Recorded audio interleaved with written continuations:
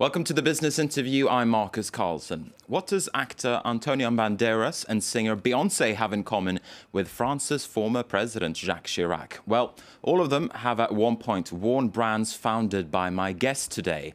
Karim Oumnia is the founder of sportswear maker Baliston and the lightweight shoe brand Glagla. He was born in Algeria, moved to France and set up Baliston back in 1998. And now those brands are available in more than 40 markets worldwide. Welcome to the show. Thank you for your invitation.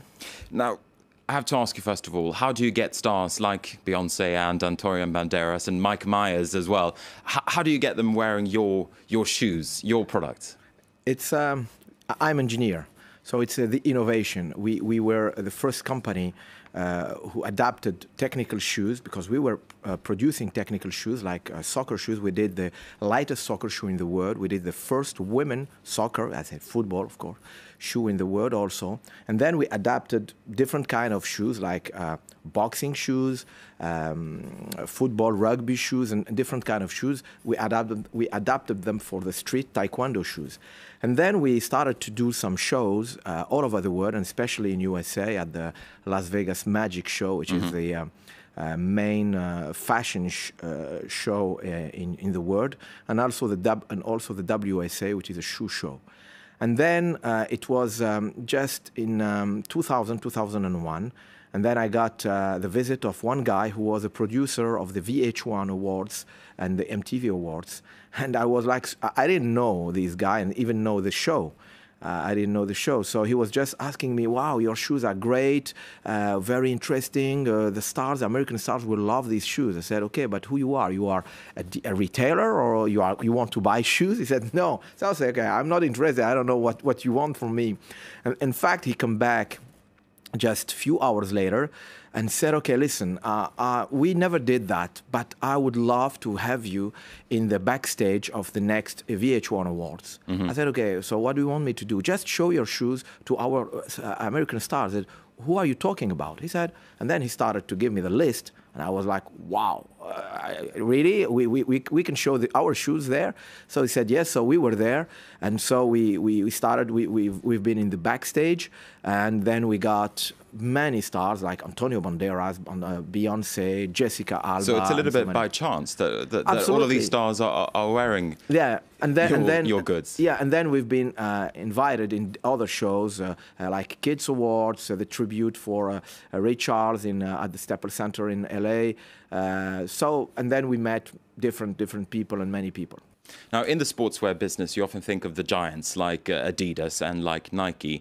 But how does a small company like yours make it in that space? Once again, the innovation. I'm an engineer. I'm 2 times engineer, and really the way I think is product. I'm more engineer than really a boss or a general manager. So the first product we started with was the lightest football shoe. It was the ultralight in '98, and then the first women football shoe.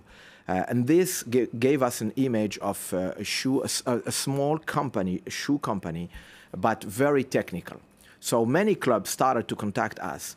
So the way we compete with these big names is only with our know-how and the fact that we develop and produce very specific and high-tech products that they are not able to do, or they didn't think about it. So you're basically saying that you're benefiting from being quite a small player, quite a niche player. Is it your ambition, though, to grow your company into one of these massive sportswear giants like, as I said before, Adidas and Nike?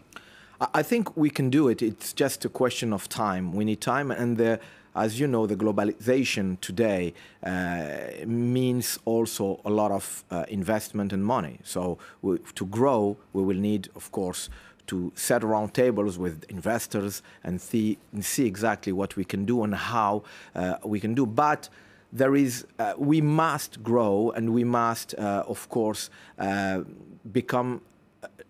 We are already, but we will have to become a real competitor of these big names, even on niches only.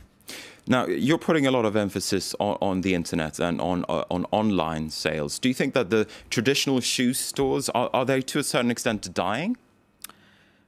Probably, and I mean, not dying, but we will have to, for sure, the business, the retail business will grow from internet side and will be reduced in a quite high level from the normal retail. I think both have to exist together. Many people need to have stores to go and to touch the product. Yeah, because at the end of the day, you want to try on the shoe, absolutely. Don't you? So you need, but it will be mainly, for me, I think it will be mainly showrooms, and then people will buy in their house, taking time, checking prices everywhere. But I think that we will need, mainly the stores will become showrooms more than showrooms more than really retailers where you can buy shoes. Now, entrepreneurship, it is a commodity that's seen to be in high demand these days in these tough economic times. What's your experience been like building a company from France? There's a lot of suggestions, for instance, that France and French business is falling behind other countries' business climates, for instance. Do you agree with that? I think France is in a period where France needs to change, and of course, like everything happened in the French history, needs time and needs fights. So that's what is happening today.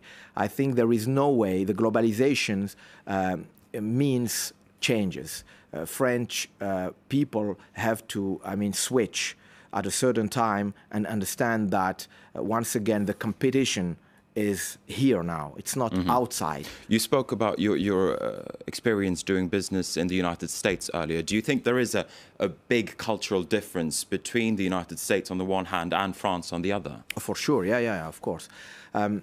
In United States, the people, when they work in a company, they are proud and happy to work in the company because they need, and when the company grow up, they are quite proud. So they are a part of it. They are like partners. In France, people work in a company because they need to work. They are employees, and they always fight to protect their rights against the owner who can exploit them. So it's absolutely not the same thing, and this must change. People need to, the media, the government, and everyone in France needs really to explain and to make sure that the new generation will not think the same way. But how do you make that argument? That's a tough sell.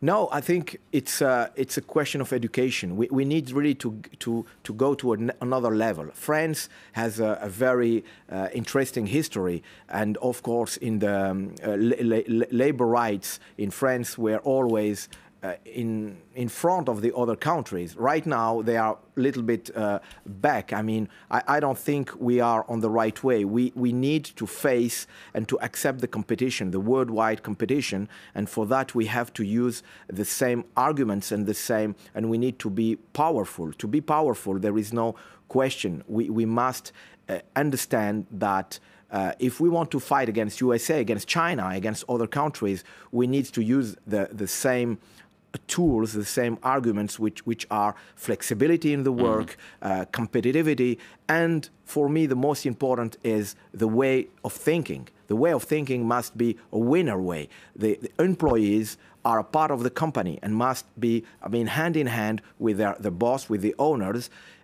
In the same time, I agree that some owners are a little bit, greedy. The owners needs also to do one step front. They need to take their responsibility. Yes. But if a young entrepreneur were to watch this show, what would be your #1 piece of advice for him or for her? Innovation and export. There is no reason to stay and to sell, not to stay, sorry, but to sell only in France. France is not a market.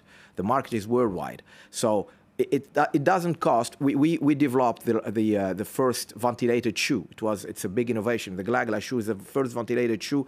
The first thing we did 3 years ago was to go to do different shows in the world. And that's why we are now in more than 50 countries. So we started from zero with this new project, and now we are in 50 countries. How we did it, and the crisis was really heavy. So the way we do now, the way if I have an advice is think global, think worldwide, and of course you need to have innovations to convince. As a French brand or French product needs to have some value, and the innovation is one thing, and the fact that you come from France helps also. All right, so we're going to have to wrap it up there. Karim Oumnia, thank you very much indeed for speaking to us. Thank you. And thank you for watching France 24. We have more news coming your way soon.